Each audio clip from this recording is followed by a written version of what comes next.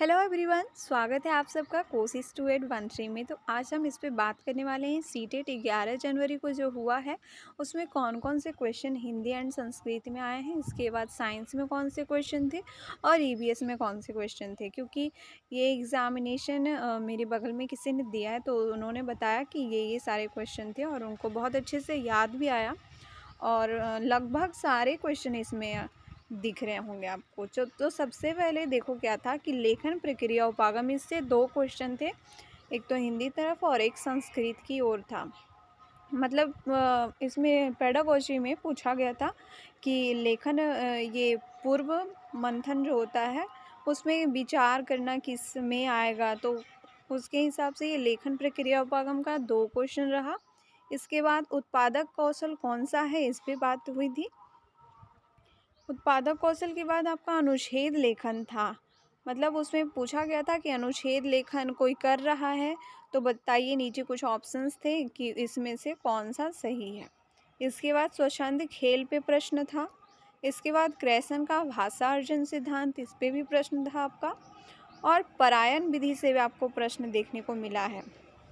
व्याकरण शिक्षण की जो विधियां हैं प्राचीन और आधुनिक, उसमें से ये प्राचीन विधि है हमारी परायण विधि, जो कंठस्थीकरण पे बल देती है। इसके बाद व्याकरण अनुवाद विधि एंड प्रत्यक्ष विधि भी था और ये व्याकरण शिक्षण की ये भी दोनों विधियां ही हैं। ठीक है, व्याकरण अनुवाद विधि जो कि प्राचीन विधि है।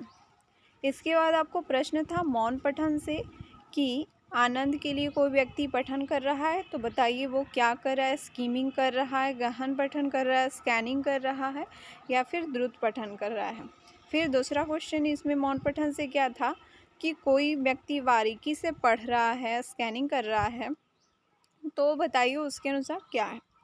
इसके बाद आपका हम देखते हैं ईवीएस के क्वेश्चन हम देख ले रहे हैं। तो ईवीएस में एक तो नृत्य वाला जो क्वेश्चन है वो हर एक शिफ्ट में पूछ रहा है और हर एक में नया नया पूछ रहा है। तो ये चूँकि याद नहीं रह पाया कि ये कौन सा नृत्य था, क्योंकि ये फर्स्ट बार किसी देखा गया तो इसलिए उन्हें याद नहीं रहा। तो ईवीएस में ये देख लो आया था। सबसे अच्छा प्रश्न था कि 2006 में कौन सा प्रस्ताव पारित किया गया जिसके अकॉर्डिंग मतलब विवाह की न्यूनतम सीमा क्या है। तो लड़के की विवाह की न्यूनतम सीमा और लड़की की विवाह की न्यूनतम सीमा जो कि 18 और 21 दे रखी थी। इसके बाद महाराष्ट्र में साड़ी का पैटर्न पे क्वेश्चन था कि कोई लड़की है वो महाराष्ट्र में रहती है और वो अपने मतलब फंक्शन के लिए साड़ी पहनना चाहती है, तो बताइए कि वो कौन सी साड़ी पहनेगी और उसमें डिजाइन का नाम लिखा हुआ था। ठीक है, इसके बाद था पौधों के गुण से क्वेश्चन थे कि पौधे जो होते हैं कहाँ से तना निकलता है, कहाँ से जड़ निकलता है, कुछ इस टाइप से था। इसके बाद कद्दू कौन सा लता है, ये क्वेश्चन था आपका। तो कद्दू क्या है हमारा, विसर्पी लता हुआ। विसर्पी लता किसे कहते हैं, जिसके तने क्या है कमज़ोर होते हैं और जिसके तने थोड़े मजबूत हो जाते हैं, जैसे कि सीम का लता क्या है थोड़ा सा मजबूत होता है तो ये अपने आप ही चढ़ जाता है। इसके बाद आपका एक प्रश्न था डेटा के अकॉर्डिंग, उसमें बहुत सारे डेटा दिए हुए थे कि तापमान इतना है, इसके बाद आर्द्रता इसका इतना है, तो बताइए कि ये किस शहर का हो सकता है। आपको वहाँ पे 4 शहर थे। शिमला उसमें से सबसे ठंडा शहर था और सबसे उसमें न्यूनतम तापमान गया हुआ था शायद -7 डिग्री सेल्सियस और मैक्सिमम में 14 डिग्री सेल्सियस।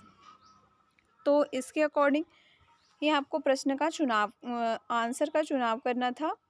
इसके बाद आपका प्रश्न था कि केंद्र शासित राज्य के समूह कौन से हैं, ये पहचान करिए।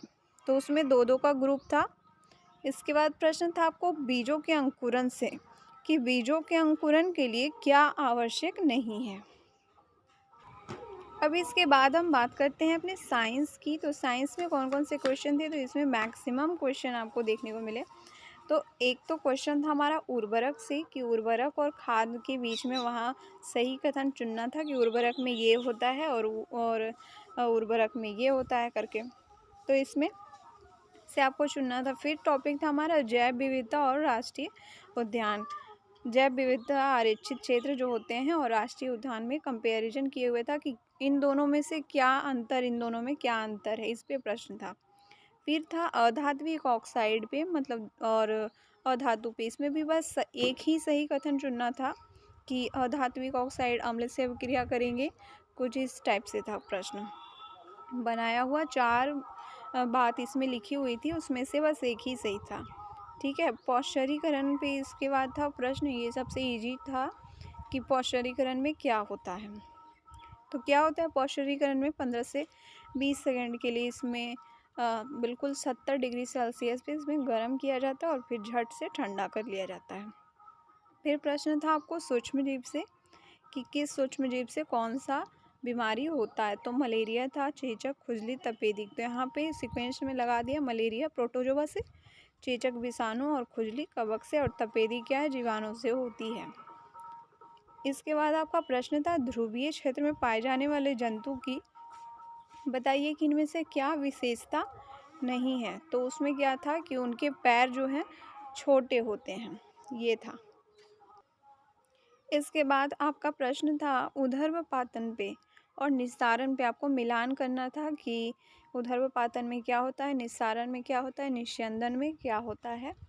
इसके बाद प्रश्न था आपका भौतिक प्रक्रिया और रासायनिक प्रक्रिया पे कि भौतिक प्रक्रिया मतलब दूध नहीं, मलाई से जो है सो घी निकालने का जो प्रोसेस है, क्या वो रिवर्सेबल है या अनरिवर्सेबल है।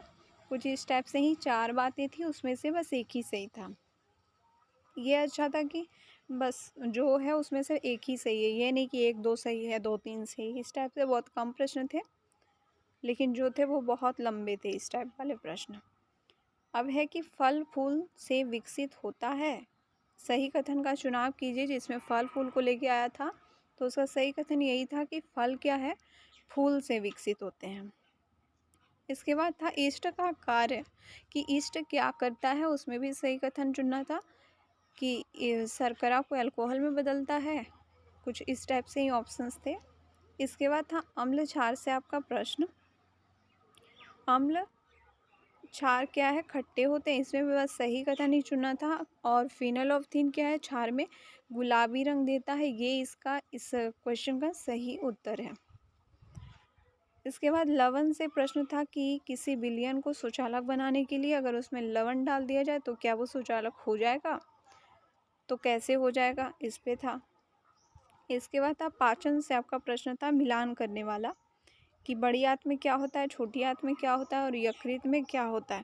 तो यहाँ पे छोटी आंत का तो पता नहीं क्या लिखा हुआ था, पर बड़ी आंत में था कि अपचित भोजन से जल का अपशोषण करता है। इसके बाद यकृत के लिए क्या है, पीत रस स्रावित करता है हमारा यकृत।